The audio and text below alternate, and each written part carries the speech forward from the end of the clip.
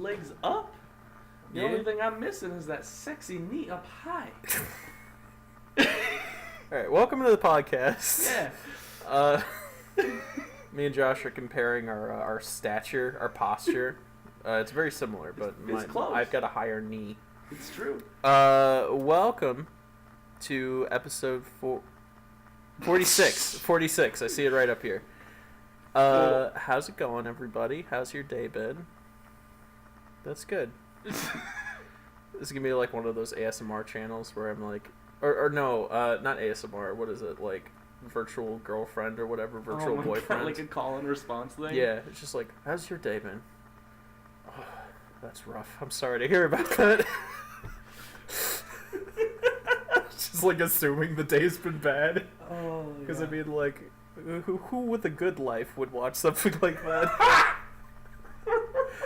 I don't know. Anyway, welcome. Oh, God. Now that I've insulted every lonely person, it's okay. I myself am lonely. How's it going, Josh? I have the right. It's going good. It's going real good. We just watched 2 trailers. Yeah, let's talk about some trailers. Sure, we can talk about those right up front. Why not? Yeah, why not? We watched the John Wick Chapter 3 trailer, and we're both extremely pumped for it. It's gonna be He's so on good. a horse. He's on a horse. And at the end of the trailer, he's just carrying a light machine gun. He's in the desert. He's in the desert. He's fighting ninjas on motorcycles. He's fighting people with samurai swords and on motorcycles. He's teaming up with Halle Berry. And they have kill some guys. And they have a killer attack dogs. Or maybe just one. I think I saw 2. I don't know. It might have been just one. I'm so excited. I hope it's 2. I hope they each have their own killer attack dog. That would be great. It's like just the right amount of just dumb fun that I just need. No, it's the only thing that I could accept. Oh, wait, you know what? What? The microphone's not plugged in. Oh, wait. Okay, there we go. Alright, good thing I caught it. Yeah. You were probably a little... so yeah, we saw John Wick Chapter 3, the trailer. It was great. It's great. I'm so looking forward pumped. to it. So very pumped. Spider-Man? Spider-Man. It's gonna be Spider-Man. Yeah. It's gonna be a worse Spider-Man than I saw last. Probably. It's gonna be like Into the Spider-Verse but with a little less personality. I mean, it's probably going to be way more like Spider-Man, the first Homecoming. Yeah. It's going to be very close to that, now that I we've would seen guess. Into the Spider-Verse, we have a new level to compare Spider-Man movies to. And it's not going to be nearly as... We really shouldn't. No, that's on another level. That's like how superhero movies should be. Yeah. And Marvel, they could get there if they weren't so, committee focused, but... I don't know. Yeah, we'll see. We'll see. So I'm definitely gonna see it because I like Spider-Man. For sure. I liked Homecoming. I know I insult the Marvel Cinematic Universe a lot, but I do like them. I feel like people think I hate the Marvel Cinematic Universe. I think Roberto said to me, he's like, "Oh, Panda hates them," and I'm like, "No, that's not true. It's like it's tough love. I want them to be better, but I still like them." You're not mad. You're just disappointed. Exactly. Yeah. That's exactly the. It's like you hit the nail on the head. I'm just disappointed. Yeah. I want them to be better. I want them to achieve all their dreams, but they just can't. They're just held back. I get it. Yeah. I do. Yeah. So those are the 2 trailers that dropped recently. We've seen them both now, and I'm excited for both of them. I'm way more excited for John Wick, though. Let me tell you. Oh, yeah. I want John Wick today. Absolutely. You want to just jump into movies? Yes. Let's just jump. All right. Want to do movie of the week? Yeah. Oh, my God. What's your movie of the week? I felt one of those double hiccups coming on. Like, I pushed it back and I kept talking, but it came back with a vengeance. Great. My movie of the week is Indiana Jones, Raiders of the Lost Ark. It's a good movie. That is a great movie. It's you know a good what? movie. I when I was a kid, I enjoyed Indiana Jones, but I couldn't watch Raiders of the Lost Ark because it was too scary. Yeah, that scene with the melties. Yeah, it was. That's rough. Genuinely too scary for me as a kid. But I watched it as an adult, and I'm like, no joke, this film's a masterpiece. It's honestly the best action adventure movie ever made. Yeah. Like everything else is just a disappointment. Yeah, like this and Jurassic Park are like two movies that if you haven't seen, I'm upset with you. I still haven't seen Jurassic. I know. Well, see, my plan is I think it's getting re-released in theaters sometime. Is it? Well, my plan was to go see it when it happens, but I might have just missed my window. In which case, I'm just gonna like rent it on Blu-ray or something. I don't know. Because I planned on seeing it in the theater when it was re-released, but I might have stopped checking. So we'll see. But yeah, I mean those two movies though, like Yes. yeah, they're up there, man. They're some of the best movies of all time. Question: what do you think of the other Indiana Jones movies? Because I've only seen the two. I've seen 1, 2, and 3. I've seen all of when them. I say the two, I mean the first one, and the third one. I've never seen Temple of Doom. Temple of Doom. Yeah. So the first one and the third one are very, very good. Some people fight that the third one's better. I disagree. I think the first one's better. The third one is a return to form, and it feels more. Oh, I guess I can't really say if it's a return to form. I hear the second one's quite a bit different from the first one, but I don't know. The third one feels it's got that same energy that the first one did, but it's just not quite as memorable. Yeah. It is. It's the second one's definitely different, but you know it still is Indiana Jones. It still has a good feel. Dark and gross. Kinda, yeah. But it's not bad. I wouldn't say it's definitely the worst one out of the trilogy. But, Sure. But you know it's all right. Yeah. Yeah. That's where I sit. Want What's me? your movie of the week? Want me? Yes, I want you. My movie of the week is Paranorman. Paranorman. Have you ever seen Paranorman? I have seen Paranorman. It's honestly okay. So I picked it. Well, I suggested it for the bonus movie this last weekend because my pick was James and the Giant Peach. Good movie. And when it came time to pick a bonus movie, I was like, let's do Paranorman because I thought those two would pair up pretty well. And I thought Paranorman would be kind of fun. I didn't expect it to be probably one of the best animated movies I've ever seen. It was perfect, kind of. I don't know if I gave it the full 5 stars, but I probably could have. I think it's the perfect Halloween animated movie. It's better than Nightmare on Christmas. Nightmare Before Christmas. Nightmare. That's the sequel. It takes place a day after. It is the perfect Halloween movie. Would you agree? I mean, it's been a while because I saw that when it first came out. Oh, that was 10 years ago. Or yeah, something it's like been a while. Yeah. So I don't have like a fresh recollection of it. Oh, it's amazing. It's perfect. I remember having a good time with it though. Yeah. No, it's fantastic. It's my favorite Studio Leica movie, like by far. Better than Coraline. What are you looking at? Oh, I like Coraline. That's a hard one. I'm looking at the cord because it's the cord for the power for the laptop isn't plugged in all the way, but it's like mostly. Thank you. It's been driving me crazy. It's okay. I was still getting power. But Good. Yeah. But yeah, you know, I really like Coraline. I still haven't seen Kubo. Here's what I'll say about Kubo, and we've been having this discussion back and forth for like a week now. It's come up a couple times in the movie club Discord, but Kubo is the best Leica film from a visual standpoint. Say what you will about their choice of movies, they always push the envelope with every movie that comes out, and Kubo is by far the most impressive visual Leica movie. It's the best looking stop motion animated movie ever made, undeniably. But they the writing's way weaker in Kubo, and it's like it's hard to believe that Paranorman came from the same studio because I look at Paranorman, it's so effortlessly funny. Like, it doesn't feel like it's trying that hard to be funny. It's just naturally funny.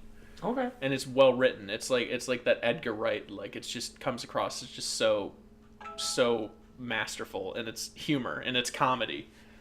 All right. My bad. And then Kubo tries too hard, and it's not funny at all. Okay. So, yeah. Yeah, I should give it another watch because it has been so long since I've seen it. There's so many great one-liners in it, man. Yeah, I believe it. Yeah. Because that's the one with the zombies, right? Yeah. Yeah. The zombies. The Yeah. friendly zombies. Yeah. I vaguely remember that. It's been a long time. It's got ghosts. It's got zombies. Yeah. It's genuinely very morbid. Yeah. John Goodman's a hobo who dies. And Norman has to go retrieve the book from his corpse because his ghost comes and tells him to. That's great. And it's like, oh my god, That's great. and it's really morbid. It's actually really scary. There's a lot of scenes where it's like if I had seen it as a kid, I would have like left the room. It's very, very frightening. Very cool. So yeah, I'll probably give that another watch. it's sometime. great. You definitely see it again. I don't have too many more movies to talk about, so I'm just gonna get through my 2 more movies. So I watched The Mummy again. Which one? The Brendan Fraser? Yeah. All right. What do you think? I mean, it's still The Mummy. I think you've discussed it before. Yeah, and The Mummy's The Mummy. It's a good movie. It's like a knockoff Indiana Jones. Yeah, sure. It's okay. It's good. I mean, I feel like it kind of gets... I feel like it kind of gets the short end of the stick a lot of times. I feel like people just kind of write it off because they're like, it's that Indiana Jones knockoff with Brendan Fraser. I mean, yeah. But, like, it's good. It's not bad. It's really good, even. Yeah, I mean, it has some decent comedy, some decent action. You know, Brendan Fraser plays kind of this quirky character. Yeah. And Brendan Fraser, let's not forget, is a good actor. I mean, he may be, like, a sad homeless man now, but he was, at one point, very charismatic. Have you seen Brendan Fraser in recent interviews? No! He's involved in a show now, and he did an interview for it. It's the most depressing thing ever. Because he's spouting like what he's supposed to say about the show, but he just sounds like he wants to die. It's so heartbreaking. Oh, that's so sad. Yeah, no, he's just like there's just like, you know, the show it's really good, and I had a lot of fun with it. he sounds like on the verge of tears the whole time, and it's like, man, what happened to you, Brendan? That's a bummer. No. I want Brendan to be happy. Yeah, you know, he's a nice guy. Yeah. That's funny, though. Oh, my God. Yeah, I'll have to show you sometime. Oh, my God. But yeah, so I watched The Mummy. I like The Mummy Returns. Like, that movie gets a lot of crap, too, but I like The Mummy Returns. I've never seen that. Really? Is that the one with The Rock? Yeah, that's the one with The Rock. The really bad CGI Rock. It's so good. Oh, my God. But I didn't watch that. I just watched The Mummy.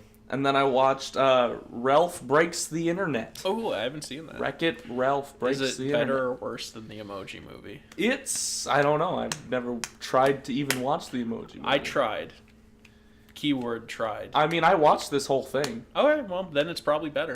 Okay. I've probably said this on the podcast multiple times, but the Emoji Movie is one of the few movies that I started watching it and I just turned it off. I intended to watch the whole thing, and I was like, no. I after like 10 minutes, it's like I'm not sitting through this. Yeah. I'm not in a theater. I'm in the comfort of my own home. I have the choice to not do this, and I opted out.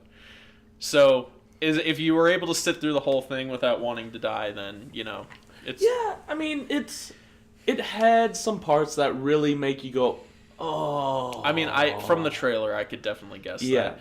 Anytime Disney tries to tackle the internet or like something modern, it's not good. But there were some parts where I'm like, you know, that's not awful.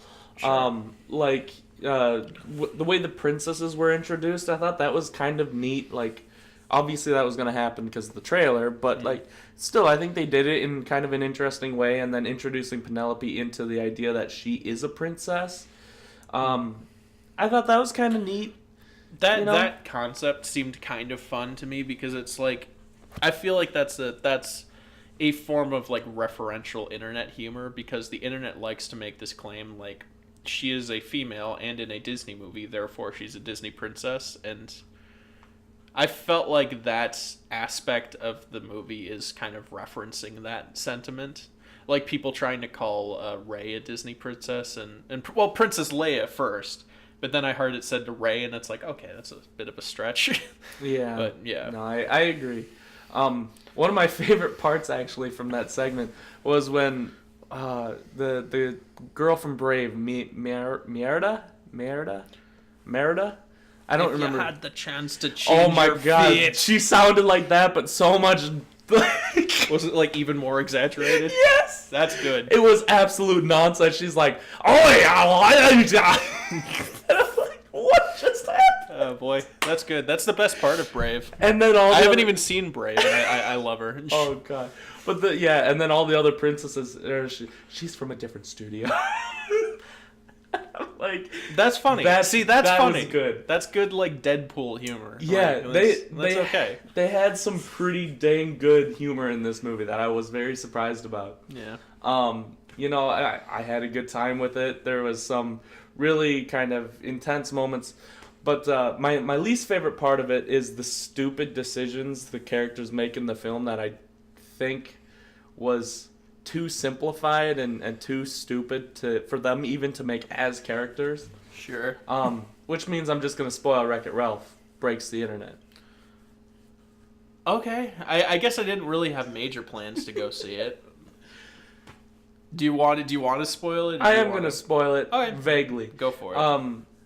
So like this movie, they go out there and they're trying to get her steering wheel back so that she can go get back to her game, and it's whatever. So they need to make money, and so they end up going into this game that's kind of brutal, but if you can steal this car, you can get money, and so they do that. It doesn't work. They end up teaming up with the girl who owns the car, and they end up making, a way to get money through viral videos on the internet. Sure. That whole thing wraps up, and they end up having enough money. They end up buying the steering wheel, and that's where the movie could have ended. Mm. But it doesn't. It keeps going for too long. And that's when Penelope is like, I want to stay in this brutal game. And Wreck-It Ralph is like, no. And so then he breaks the internet to try to get her to come back. And that's Sure. essentially the rest of the movie, is them breaking and then fixing the internet.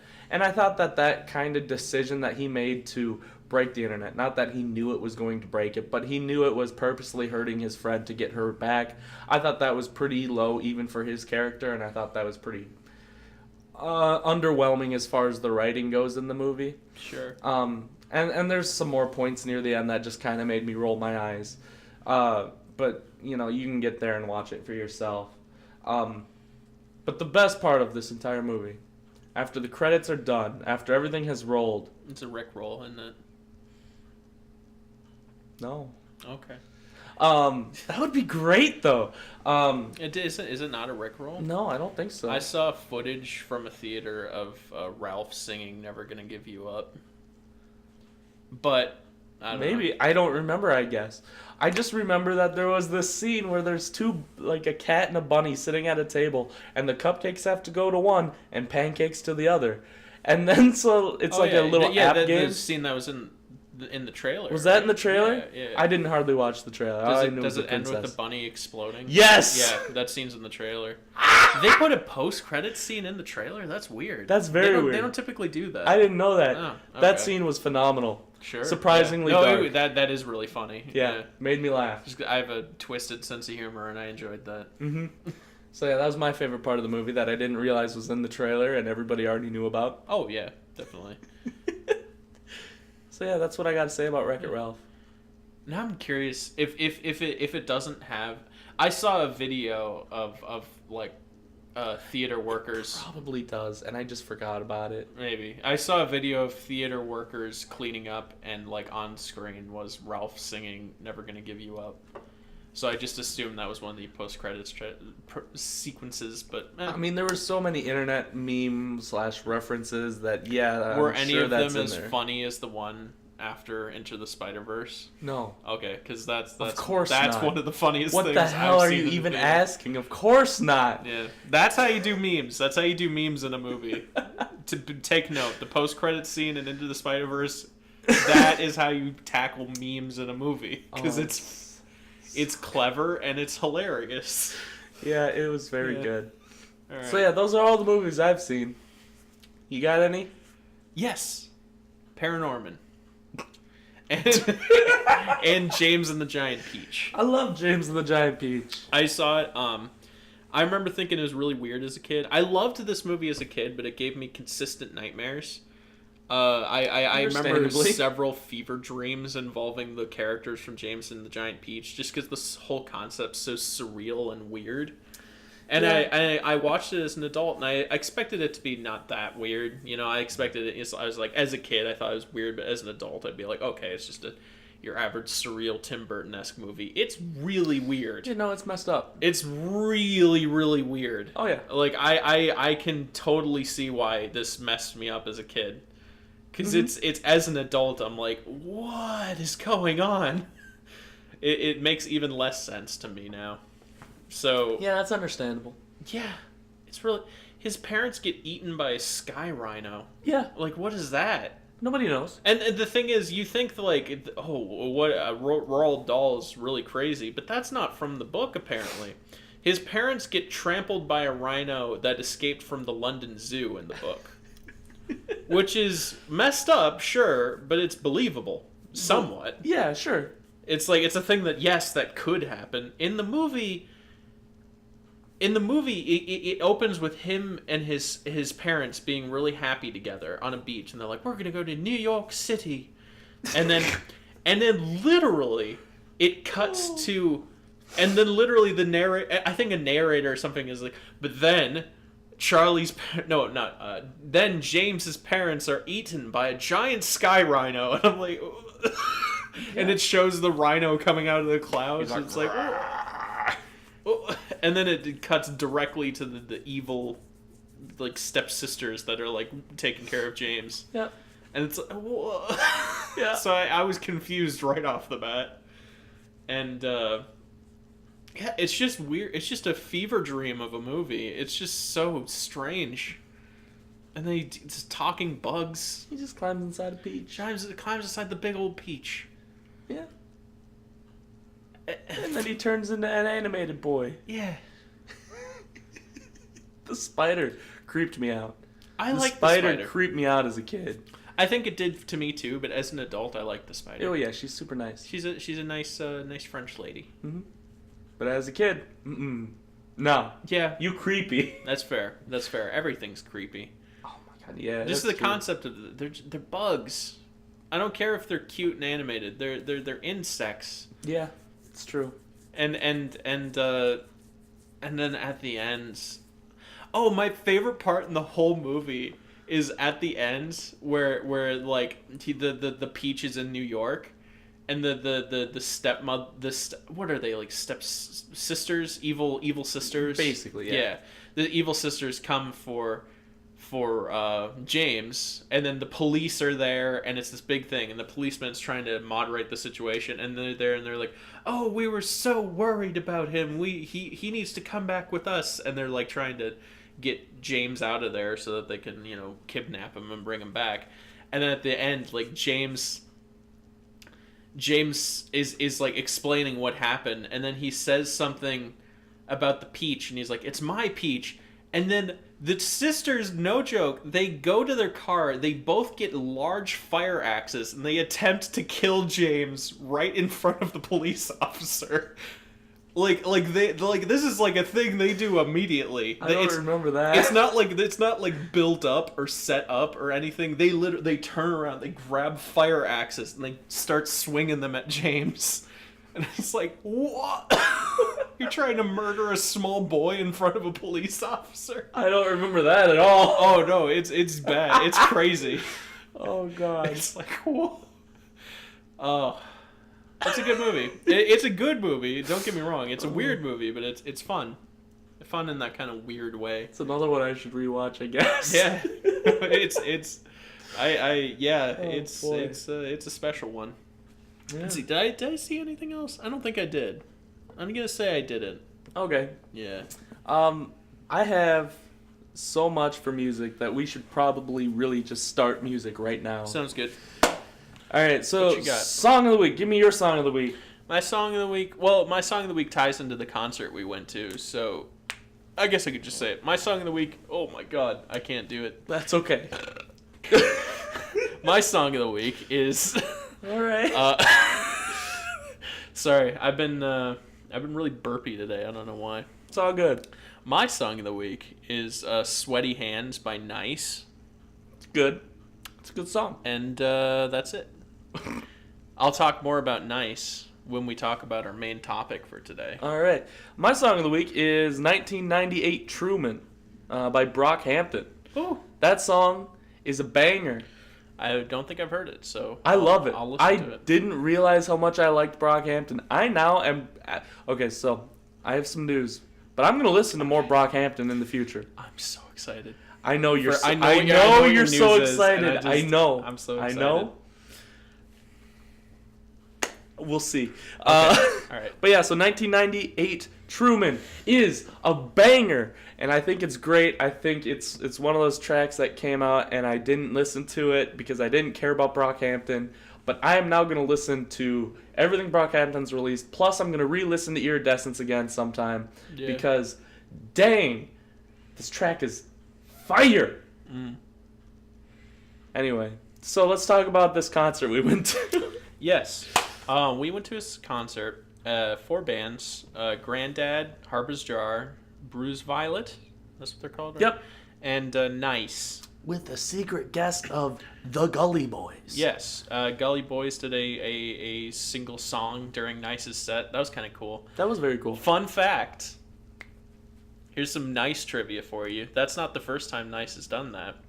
They were playing a show in a bar about like a year and a half ago, and they had guest musicians come up on stage to play a song during their set as a little surprise. Those musicians were the band that went by the name Big Men's. So, niiiice did that with me. So, I am better than Gully Boys. Jesus Christ. Let me tell you. No. It's like, this was alright. I get it. Where's it going? Yeah. There it is. Yep. I am the OG Gully Boys.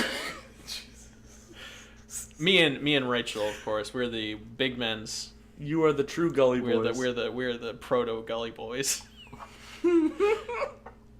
But no, yeah, it's just when Gully Boys jumped up there, it reminded me of that. Of course, that was less hype because it was a pretty much empty bar, and nobody was watching. This, it was more like everyone was like, "Yeah, Gully Boys," and it shows how far niiiice has come. Yeah. They've come a long ways. I mean, there was a time when they had to stoop to the level of letting me get up on stage. Now they can bring real musicians up on stage. It's seriously great. Okay. You look like you just broke. It's just so Yeah. self-deprecating and brutal. It's true. It makes me laugh. It's true. I mean, like, what kind of place do you have to be in as a band where you're like, sure, we'll let you up on stage? I mean, it was the God. gig, you know. It's like, yeah. And I think, if I'm not mistaken, I believe that was the first time they ever played as a 3-piece band. Yeah, that was the first time Abe was on stage. Oh, really? Yeah. Wow. So yeah, a little nice trivia for you. So yeah, it's, I was at niiiice's first ever concert. I was at their first 3-piece concert, and I played. that's awesome. Yeah. So yeah, Granddad kicked off the night, and they were all right. Then it went to Harper's Jar, and Harper's Jar rocked the place. You know, they were really, really good. Oh yeah, I've never seen Harper's Jar before, but wow, they're really good. Yeah. I want to see them again. Bruise Violet went on, and you know, at first I wasn't sure, but the Right. more they sang, I really loved those harmonies that they were putting Yeah. in there. They're okay. I don't know if I've ever seen like live good vocal harmonies, but they were pretty interesting. Yeah. So I I'd say- would love to hear their sound in studio, like cleaned up and Yeah, tweaked. I've listened to the little bit of their stuff. It's pretty good. Yeah. I'm not the hugest fan of Bruise Violet in the world. I think some of their stage banter was kind of Yeah, but I see that. But the music's pretty good, Yeah. and there was the issue of they're so loud that the whole time that it was just like the speakers were just getting blown out, and it was just noise at a certain point. It's true, and that's why I would love to hear them with a studio album. Yeah. I think that would be super cool. But yeah, it was still a fun show, regardless. It was a little shaky at times, but it was good. One of my least favorite things about them, actually, other than being kind of blown out, was that their songwriting was kind of generic. Yeah. But their sound was interesting and different, and I like that a lot. Sure. Yeah. So yeah, and then nice played, and they rocked the freaking house, and did a wall of death. Show. Yeah, there was a wall of death. That was fun. That place was so small. Yeah, it was at 7th Street. The wall of death was like 8 feet across. yeah, it was tiny. Oh. And you are you? No, Are you no, not happening. So the wall of death was good. I feel like you should. No, I can't. You can't. I can't. You can't do it. I can't do it. Okay, fine. I moshed. Shut up! You jumped in the wall of death. No, I'm quiet. not gonna sell you out. You jumped in the wall of death. You had a good time. I feel sold out. Anyway, I'm sorry. I didn't mean to ambush you like this. It's just it came back to my mind. I'm like, oh yeah, that's right. Because you were you were quite drunk and you were explaining. No, I'm not gonna say what happened. I'm just gonna say afterwards you were explaining it to me, and it was very, very funny. And I was just thinking, I wonder if when he's sobered up, I wonder if he's gonna talk about this on the podcast. No. Okay. The answer You don't have is to. no. You don't have to. Anyway, it was a great concert. Yeah. Josh. No. Ask me on Discord. No, don't ask anybody ever. So yeah, the concert was great though. It was really Girly good. Boys went on. Yeah. I had a great time. Yeah. We played Mario Kart after. We played Mario Kart after. Yeah. Shout out to Roberto. Shout out to Roberto. We actually know somebody named Roberto. I mean Robert. Sometimes I call him like Bob and Roberto and. Oh yeah, we've been calling him Roberto from like Yeah. high school. So I just realized if you are Movie Club Roberto, thought we were referring to you. Sorry, it's somebody else. It's true. Yeah. Yes. Do you want to talk about your news? No, I want to talk about different news first. So Sick. I listened to the entire playlist of the 50 top songs from The Needle Drop. Yeah. Because I've been really getting into The Needle Drop lately. Mm-hmm. Also known as Anthony Fantano, and I've been just watching a lot of his videos. Yeah. Gotta say, he's an interesting guy. Yeah. I can understand why you watched a lot of his stuff. Yeah, because Anthony Fantano kind of like. I don't very often agree with him. A lot of it, like, he opened my eyes to this whole new world of music, and he opened my eyes to like experimental music, and I appreciated how he shaped my musical experience. But I don't often really agree with him. There's a lot of times where it's just like I listen to a song he recommends, and I'm like, nah, it's not for me. So. I completely agree. Yeah. I completely agree. But he's a fun personality, and I really like it. It made me think more critically about the music I listen to. For sure. Yeah. For sure. And that's what I'm really digging right now is because I saw a bunch of his stuff pop up in my, this has been recently suggested, and it was his end of the year reviews, like best albums, best songs, best this and that and the other thing. And so I watched a couple of them, and I'm like, you know what? I'm going to listen to that whole 50 top songs from Anthony Fantano. And I did. I listened to it top to bottom, and I found out that there was about 5 songs that I absolutely loved. Yeah. And then about 40 songs that I thought were mediocre or just all right. Well, not mediocre, I shouldn't say that, but like not my style. Sure. But they were okay. And then about 5 more songs that I think are the absolute worst songs that I've heard in a long time. That's fair. Now, I'm going to start with the song that I hate, okay? So, there's the song. There's a song called Pony Boy. Now, this song is number 2 on Anthony Fantano's Best Songs of 2018. But who's it by? Sophie, all caps. I have not heard of it. This song is the worst. Okay. Oh my god. It starts off and it's just this girl going, "Punny, bye." I hate it. I hate it. And then there's like this weird like industrial drums and bye, punny, bye, bye. You know, it's awful. I hate it. I hate it. Yeah. Colin, I hate it. Okay. You should listen to this playlist because it was Sure. kind of fun to do. Yeah. But anyway, getting back to the songs I actually enjoyed, kind of starting from the bottom and then moving towards the top of his list. Emerald Rush. It's like this kind of dreamscapey, kind of EDM-ish, well, maybe not EDM, but electronic song that it doesn't have any vocals. It's just comprised of some nice noises that end up changing and becoming different throughout the entire song, and I really liked it. Sure. Moving on from there, you got Old N-Words by YBN Corday, I think. Okay. And I really like this song. But I wouldn't recommend it for most people because it has a lot of words that aren't appropriate for me to say, as you could probably assume from the title. Yeah. It's with an AS, not an ERS, just so Right. you know if you want to look it up. Nobody does the ERS in rap. That's not a thing. Yeah, basically. But I really like this song. I think it has some really neat points. I think that there's a lot of really cool things going on here, and it's just kind of it's a fairly average kind of hip hop rap song, but it was pretty good. Hey.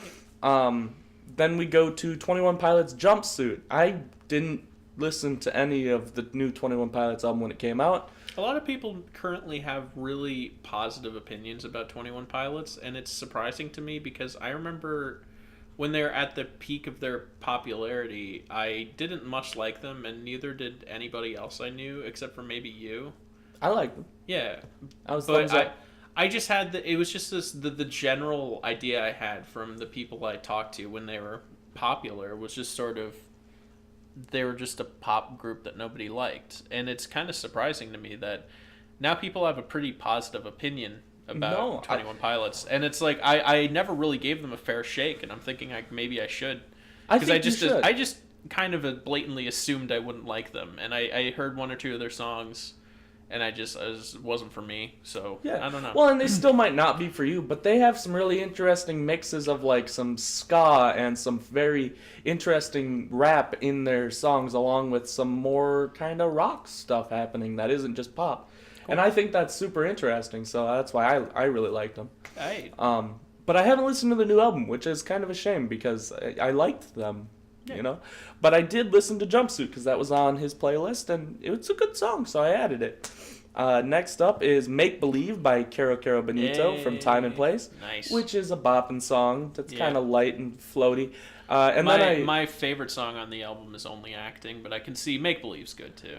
I'm getting there. So then I went back. No, it's not. But I went back to Time and Place and added Only Acting to my playlist anyway. Sick. Because I like that song even more. Yeah. Even though Make Believe is good, Only Acting is still better. Because Only Acting, like, conceptually is really interesting. For sure. And I actually, even the part of the song that isn't just noise, the part of the song that is like straightforward, it's actually really cool and catchy. It's super very catchy. It reminds me of Weezer. Yeah, a little bit. That makes sense. Yeah. Well, because they have that independent rock, you know, some like garage band rock happening, which is cool. And I thought that it was very neat. Next up is Corporation by Jack White. Is a song that I found and on that playlist and really liked. Was that from Border House Reach? That is from Border House Reach. I own that album. I still haven't heard the whole thing.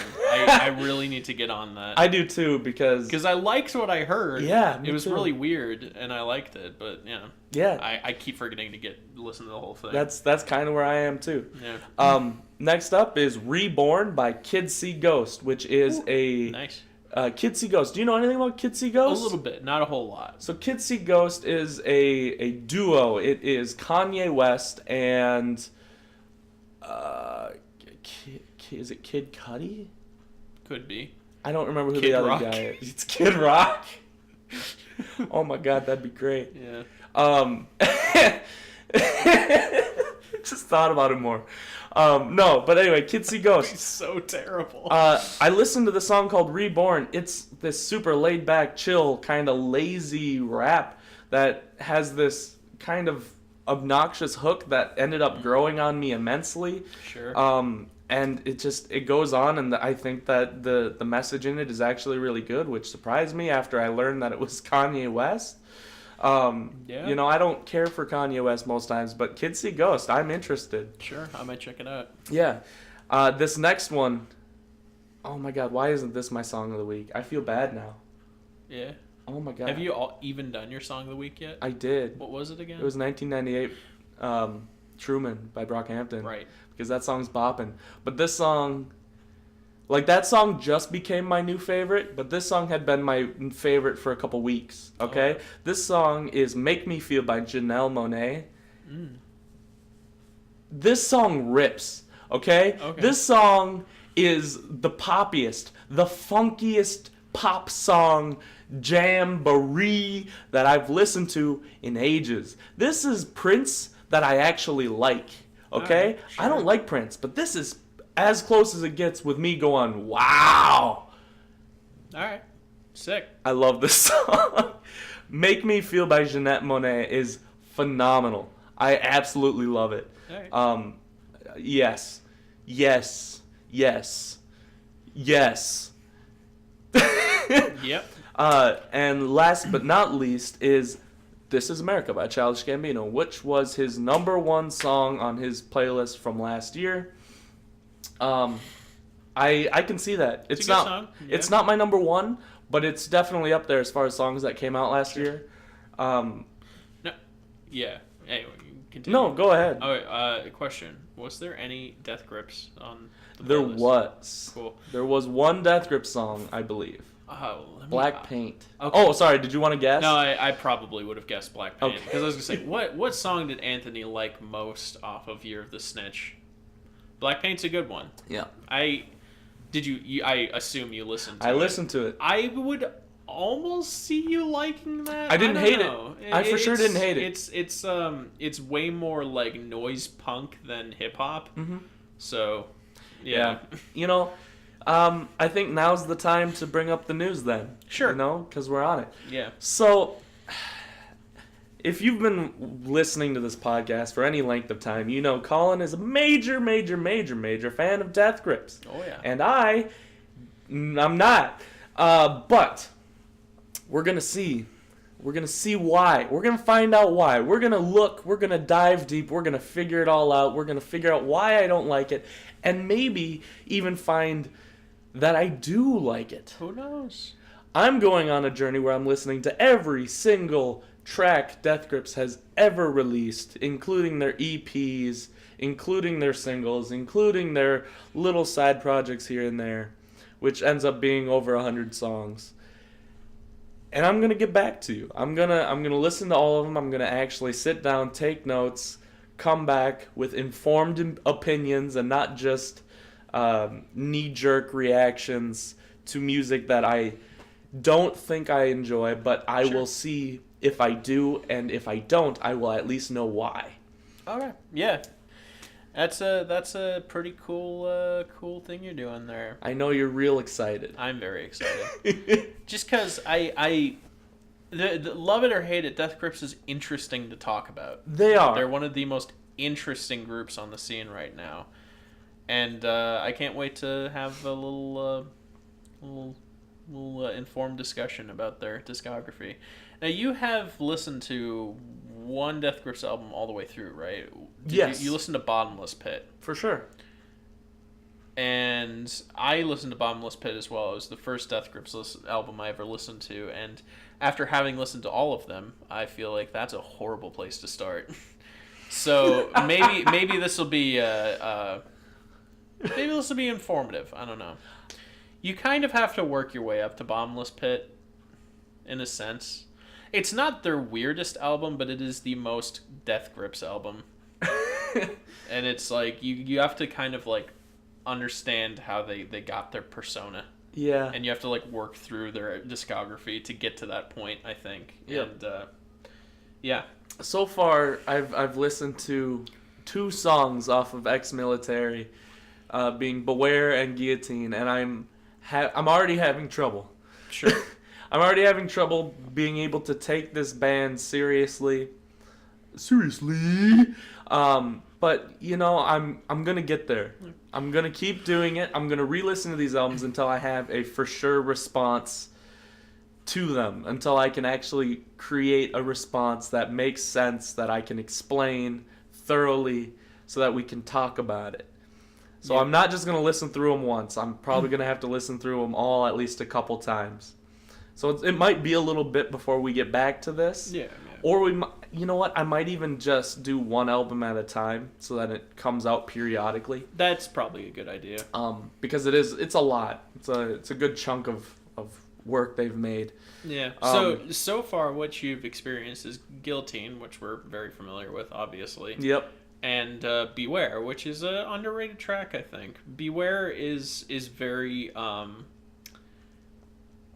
very noisy and very washy and very like psychedelic, and it starts with a clip of Charles Manson talking about how cool he is, and it's it's quite the album intro. Yeah, I like that one. I don't know if it's gonna be. I don't know how accessible it is. Maybe not. But I really like that one. The more I didn't hate it.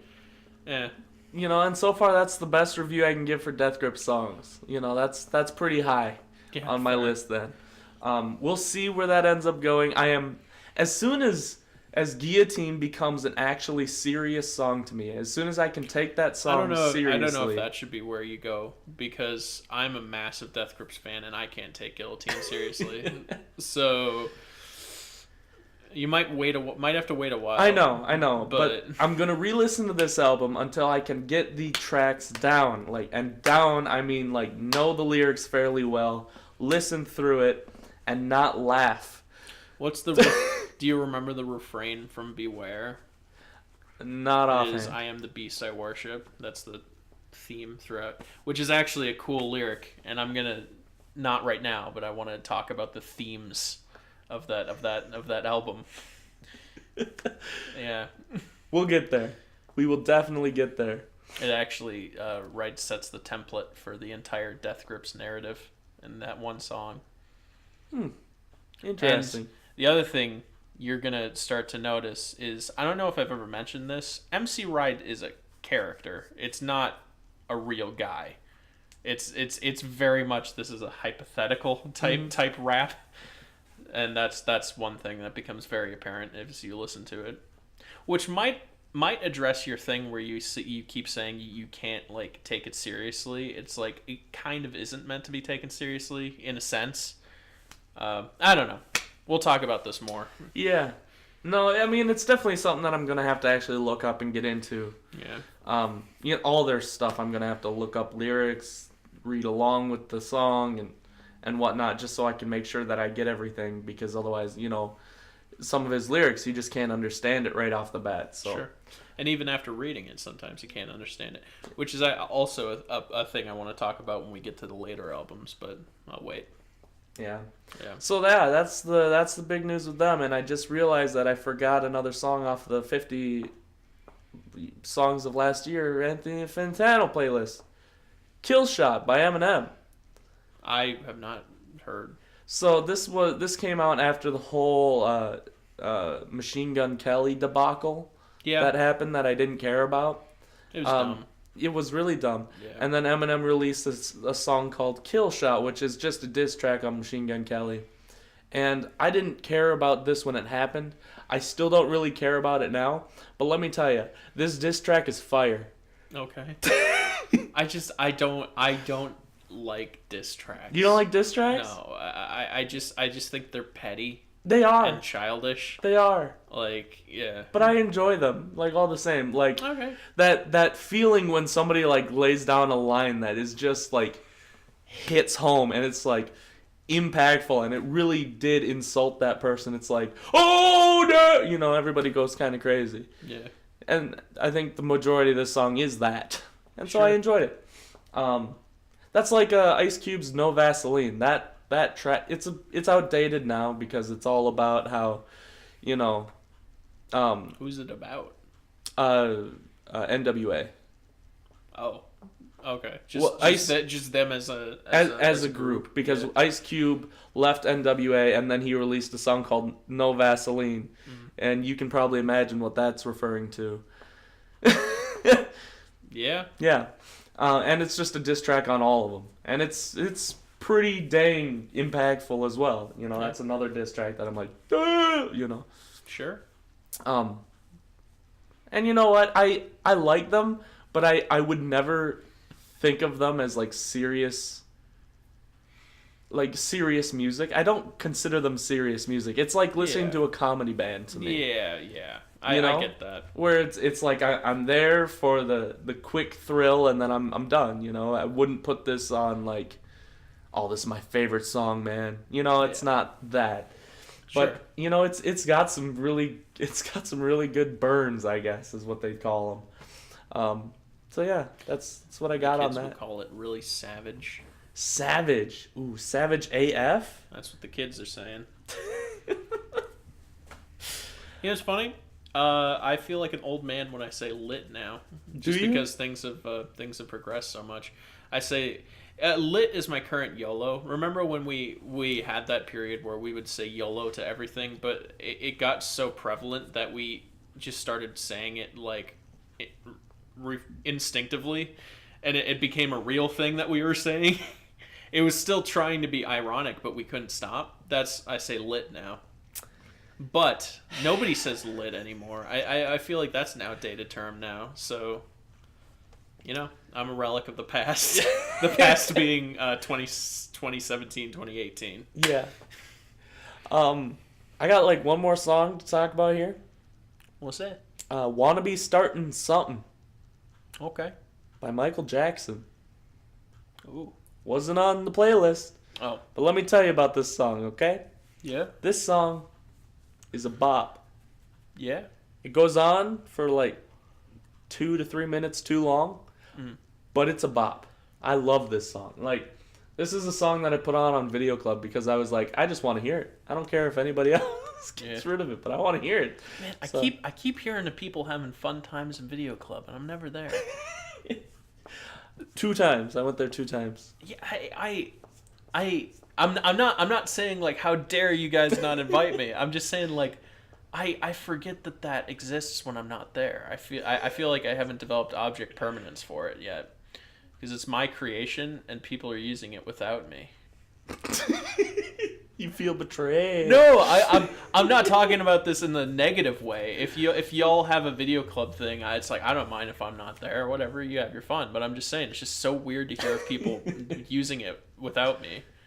Because it was well, okay, it's not that weird because it wasn't my idea. I think it was somebody else's idea. I just pulled the trigger. But I'm glad you guys are using it. Is what I'm trying to say. Yeah, no. Because like. Yeah, You know, it's really fun when you can get people to do it. Yeah, it was after Moonlight and after Wreck-It Ralph. We went over there and Sick. played around for a little bit. But yeah, so Wanna Be Starting Something, Michael Jackson. This song, it's good. Yeah. So, yeah. Yeah. I haven't heard. That's from the song. Okay. Yeah. That's good.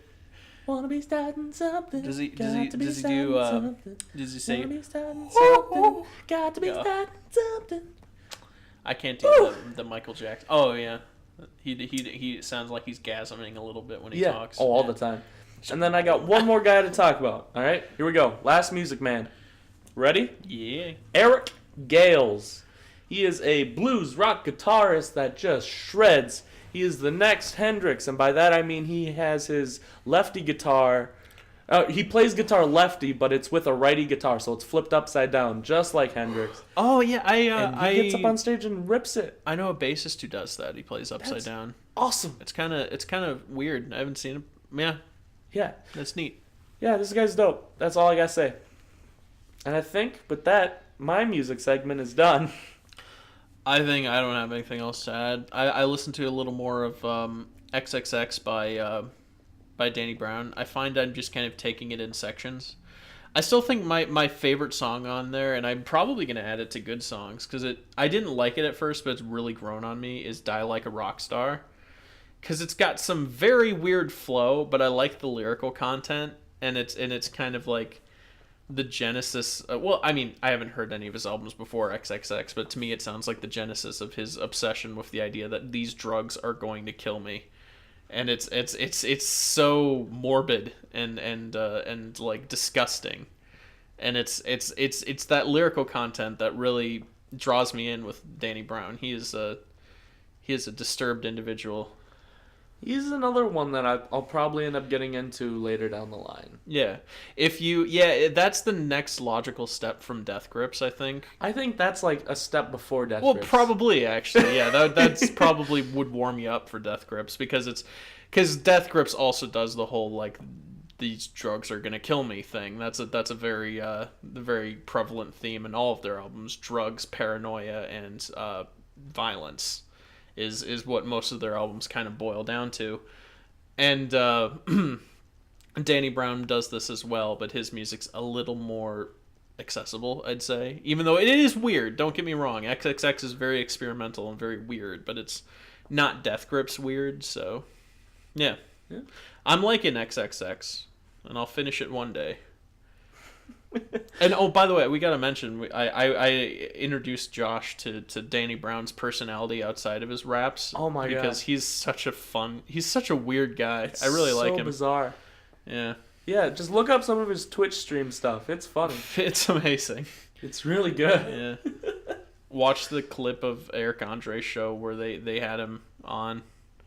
Have you seen that? No. They did a segment where they blindfolded rappers and had them run an obstacle course, and they had Danny Brown do it, and he was so... Danny Brown's hilarious, man. That sounds just great. Yeah. Yeah, so yeah, that's music. You want to get into video games real quick? Sure. I just started playing Fist of the North Star Lost Paradise. You can see the stream over on my channel. And it's like Yakuza, but more crazy. And it's kind of fun. I'm kind of enjoying it. Big swords? No. No swords? No, not swords. Just fists. You punch people and make them explode. Big fists? Yeah. Ah. Fist of the North Star being the key title. Ah. Are you familiar with Fist of the North Star? No. Do you know the Omae wa mo shinderu? Sorry. I could see you weren't ready for that. Do you know what I'm talking about? The you are already dead. That anime joke trope thing. I heard you talking about this in Discord. Yeah. So vaguely. What the thing about Fist of the North Star is he punches people, or like does this little ping thing, and then they like think that they aren't affected, and then he turns around and he says, "You're already dead," and they just explode behind him, like their heads blow up. And it's like, and you can do that in the game, and it's amazing. You do amazing. this flurry punch thing where he goes. And he punches them, and then he just turns around, and behind his shoulder they just, and it's very gory, very very amazing, and wow. very fun. Great. It's so yeah, it's literally he's a martial artist who makes people blow up, and that's what it is. That's awesome. So yeah, I could see enjoying that. It's very over the top and very fun. In the meantime, I got a Switch. Yes, you did. Finally got a Switch. How are you enjoying your variety of games? I'm enjoying my 5 games. I wanted to talk to you about Spirits for a little bit, but finish what your thing is. So I started off and I'm like, all right, Smash Bros. Playing Yeah. it. I now have all the characters, and I'm starting to lose interest. But Spirits is keeping me on, which is keeping me playing every now and then. I come back to it. I was at that point at some point, and I wasn't sure if I was gonna keep invested in the game, and I'm still playing it, and I'm like 220 hours deep. So Yeah. it Um, if you choose to follow the rabbit hole, you're going to get sucked in a major way. yeah. So I got to do World of Light still, and I got to keep working on those spirits. Yeah. But otherwise, other than that, I've done everything else in that game basically. Yeah, I have 1,283 out of 1,302, I think, spirits. So I've got, I'll say, what, 29 left? Is it? No, my math's wrong, probably. But, really, really, yeah, it's engrossing. Collecting spirits, it's really absorbing. Yeah, I can see that. Yeah, I can really see that. I'm beating World of Light for the third time. I'm about halfway through it for the third time. Oh my god. So, Yeah, and then I picked up Let's Go Eevee. yeet. That game's fun. I don't have any big complaints. The catching mechanic is different. I wouldn't call it better, but it's different. One of the things I heard about the Let's Go games that initially I was like, how dare they? And then like I actually thought about it and I thought this might be a good thing is the fact that they got rid of random battles.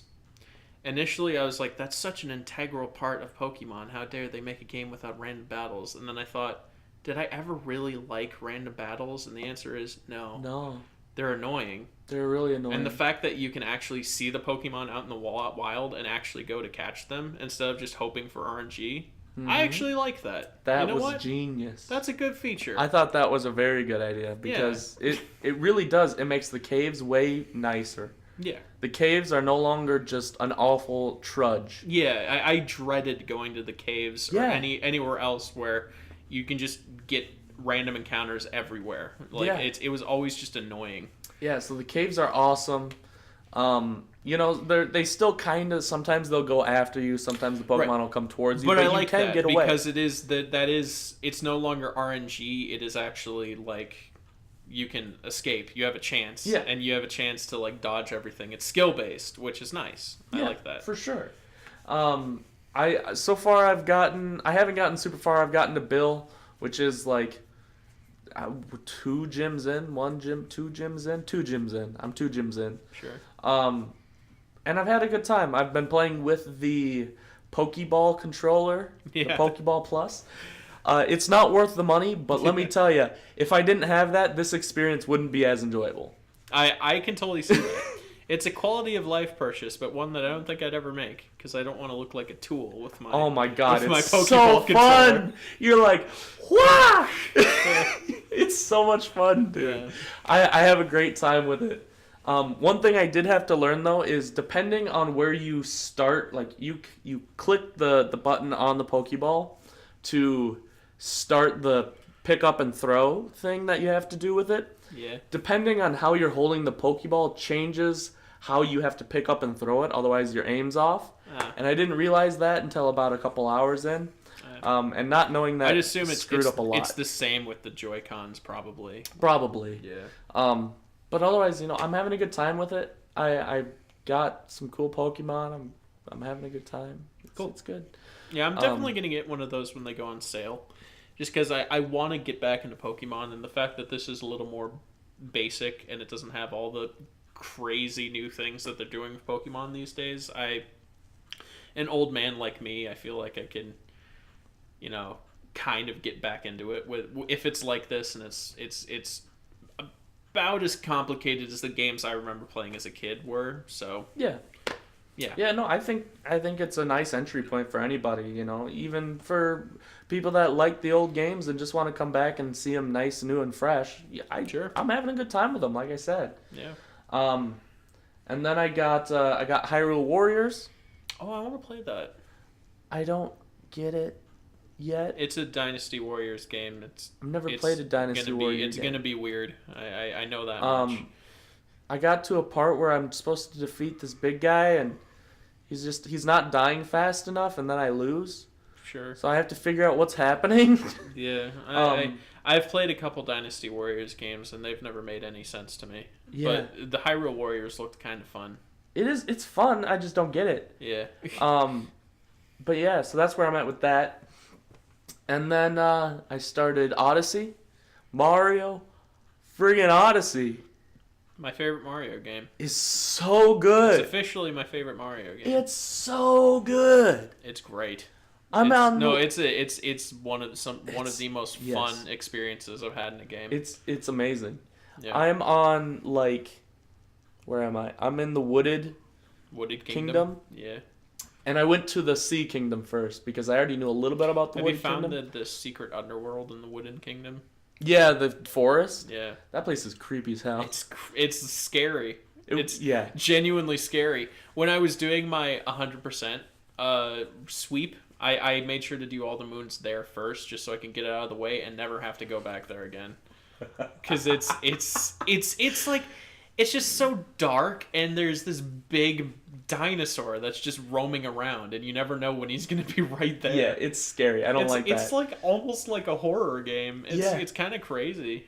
Yeah, no, I'm currently trying to do I'm going through each kingdom and just doing like what I can find on my own, and then when I'm getting tired and getting kind of bored, that's when I go back and do the full sweep kind of stuff. Sure, yeah.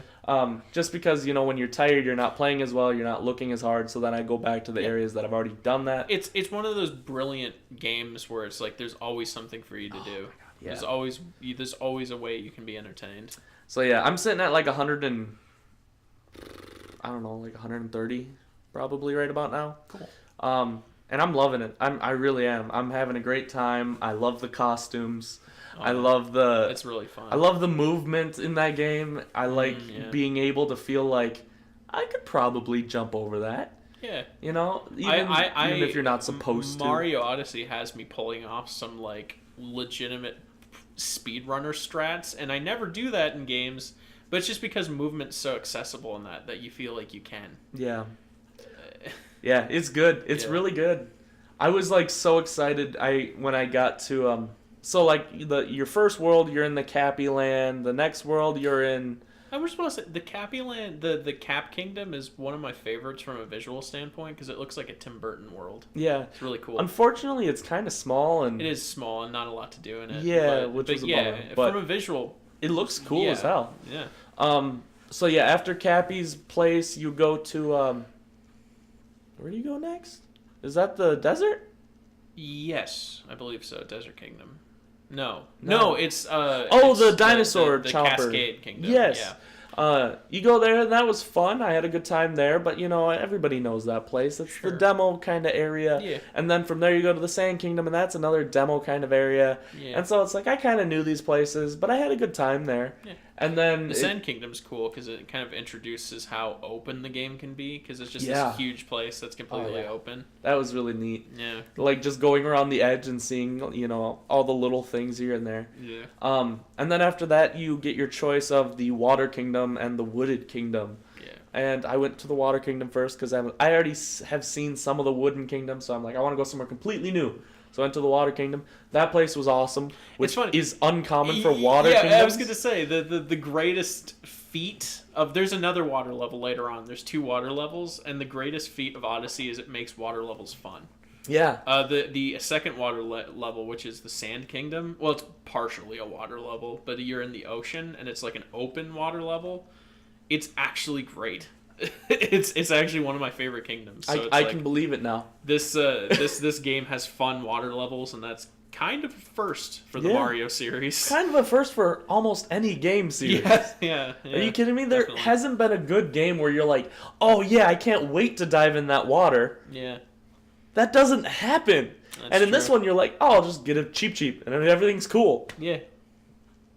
The capture mechanic completely reworks how Mario games work. Yeah. The capture mechanic is the solution to every problem the series has ever had. Basically, Because you can just be whatever you want to be, and it's fantastic. Yeah, that game's a masterpiece. It's great. Yeah. So you got the water level, and that was really fun. You got the Wooded Kingdom, which I've beat, but I'm kind of doing the wrap up stuff there.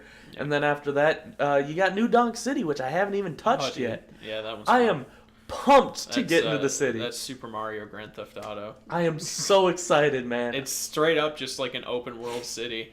It's not very big, but it's straight up just an open world city. It's really cool. I'm very excited for New Donk City. And then I don't know what comes next, but I got a little sneak preview of the glowy food world. Yeah, Luncheon Kingdom. From the Wooded Kingdom, you go and get a moon there real quick and then come back. Yeah. But you get to see it and you're like, what the hell is this neon paradise? Yeah, the Luncheon Kingdom's really cool. Oh, I'm so excited. And that means I know that I have at least 3 more levels that I know I'm excited for. Mm-hmm. And then I don't know anything else. You got the New Donk Luncheon Kingdom and then Bowser's Castle, which I'm excited for. Has the late game level unlocks been spoiled for you? All I know is those 3 worlds. That's it. Okay, cool. Because you're going to like some of the late game stuff. Yeah, I'm very excited. The late game stuff's really cool. So, yeah, that's Super Mario Odyssey. If you have a Switch and you don't own that game, I don't know what you're doing. Yeah. It's so good. Oh, my God. And then I picked up Hollow Knight again because I wanted something for the flight, for the vacation I'm heading out on. And I figured Hollow Knight would be just a fantastic little game to play on an airplane. Yeah, I agree. You know, a lot of the, Super Mario, you have to kind of wiggle your sticks, and I don't want to do that on a plane. And it's kind of same thing with Smash Bros. Gets a little too intense, and I don't know. I can't see myself enjoying that as much on a plane. So I'm like, I just need something kind of quietly roaming RPG-ish. Sure. And I went back and forth on Dark Souls and Hollow Knight, and I'm like, Hollow Knight's a smaller game. I don't have a ton of storage left, so we'll go Hollow Knight. And I would say well, wait, you don't have Breath of the Wild. That's right. I don't. Yeah. Because I have that on keep the forgetting Wii U. you're a Wii U boy. Yep. Yeah. That's Would good you too, though. consider getting it again?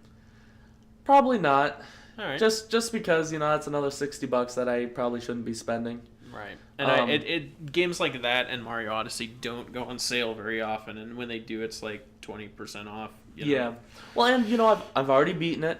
I've already done a good chunk of everything in it. Yeah. I haven't 100%ed it or anything, and I haven't played the DLC yet, but if I wanted to, I can just get that on my Wii U as well. Sure. So I probably won't rebuy that, All right. even though I do really enjoy that game as well.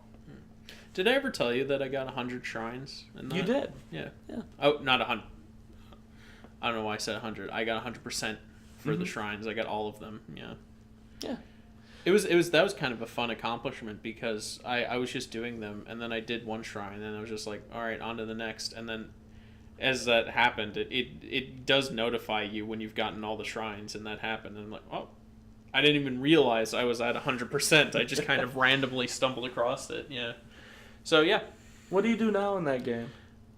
But just explore. Just go around and look? I'm in late game Breath of the Wild stage, which is you just explore under your own parameters. Like what I did for a while is I only used elemental weapons. I got rid of all my stockpiled high level really powerful swords and whatnot. I got rid of everything and I just only stockpiled elemental weapons. And that was kind of fun for a while because I had to be strategic in fights. Like if it's raining, I need to use the electric sword. If it's a tough enemy, I should freeze him and then hit him with a fire or something. And it's it was pretty fun for a while. Yeah. And now my thing is I'm just if I get enough weapons that I feel comfortable that I'm not going to run out, then I drop everything. I want to constantly be on that feeling of needing to scavenge weapons. Every time I fight somebody, I need to take their weapon and I need to search the area for more weapons. I like that feeling, and I don't like feeling safe with the amount of equipment I have. So if I get too much, I just drop it. Yeah. So that's kind of how I'm playing now because that's fun. I like that feeling of almost a survival-esque type of game. Yeah, that makes sense. Yeah. Yeah, so that's the Switch for you. It's a good time. I can't wait to pick up The Messenger. That was another one that I was fighting over if I should get that too. Is that the it's like a want it. retro style like platformer Yeah, type thing? it's the Ninja Gaiden-esque Right. kind of redux, remix, redone in a better way, I guess. Are you gonna do Switch Online?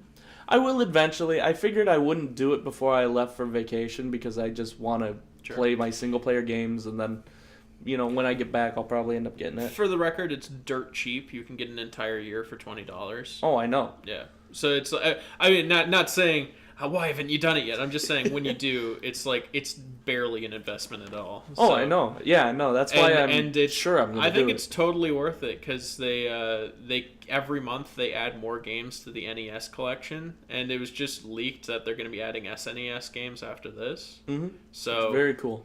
Yeah. Yeah, can't wait to get stuff. that Link to the Past again. Yeah. My 5th edition of Link to the Past I've owned. I was looking at that list that somebody leaked, and it's just like, ooh, I really want to play some of these games because a lot of them are classic and like Nintendo games that I never played because I was never a Nintendo guy. So I'm excited to play some of the classics. Like I'm very pumped for Super Metroid. Yes, I definitely want to play some Super Metroid. I got. I even have Super Metroid on my 3DS, but like, I'm so excited to play it again anyway. It's good. It's just good. Yeah. Oh, yeah. All those games I'm very excited for. One, like, Other M would be really fun to get, and, Earthbound. I want to play Earthbound really badly. Mother 3. Those all sound like a lot of fun to me. Yeah. But yeah, so that's the Switch for you. It's good. What's the I always hear people talk about Earthbound and Mother 3. Is there like I don't know anything about the Earthbound / Mother series. Is there like I don't know what I'm trying to say. Okay. Is there a reason that like Mother 3 is like really sought after and I don't hear anybody talking about like the second one, whatever it was? I don't know. Because people love Earthbound and people love Mother 3, but I don't know anything about the series. Well, because Mother 3 was never released in this country, right? Maybe that's why people are clamoring for it. It could be. Yeah. One of, if not a couple of the Mother games weren't released in this country. And the first one was, and it was called Earthbound or something like that. Or maybe Earthbound was Mother 3. I don't know. Well, maybe. Because they're called Mother in Japan and Earthbound in America. I guess I don't know. I have no clue. I just want to play it. I don't know anything about the Earthbound games. That's all I know is I want to play it. Yeah. And I want to... Oh, you know what I want to play? What's that? Teenage Mutant Ninja Turtles on the NES. Is that on there? No, I don't Please think so. let it be on there. I don't know Colin. if it would be for like licensing reasons. You're killing me. I just want to play Ninja Turtles on the NES. Colin! Colin! I don't know if it is. I don't know if Nintendo can do that. That's so sad. Yeah. Oh my god. They did just add Ninja Gaiden though. Oh, that's So. fun. Yeah. I know you like those really, really hard games. I'm so. actually not a major fan of Ninja Gaiden, but it's, I have fond memories of my childhood dying over and over and over again. I'm more familiar with Wrath of the Black Manta. Me too. Which is actually. which is like Ninja Gaiden but terrible. That's not on there, is it? No, because nobody isn't. It, I don't know. Is that like a cult classic I don't game? think so. We played it on Digibaka, and it was just the worst. So bad. Didn't we have to replay that too because the recording was corrupted? Yeah, and then you got naked. The version that ended up on YouTube opens with the raw audio of you taking your pants off. It was just you stood up and you went to the bathroom and then you like took your pants off and I was like, no. That's right. I remember that because I was so upset that we lost all that recording that I'm like, that's it. I'm pissed. I'm going to go get some comfortable pants on. So I just got up, took my pants off, and went and put pajama pants on. Yeah. Oh, yeah. I remember that. times. Goodness sakes. Well, yeah. I think this is wrapping up the podcast then. Yeah. I forgot we were doing a podcast, actually. We're just sort of...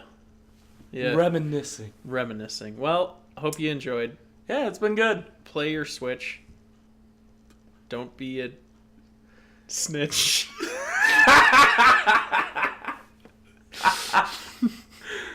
Okay. Okay. Nicely done. See you guys on the next episode. Yeah. Which will be 47.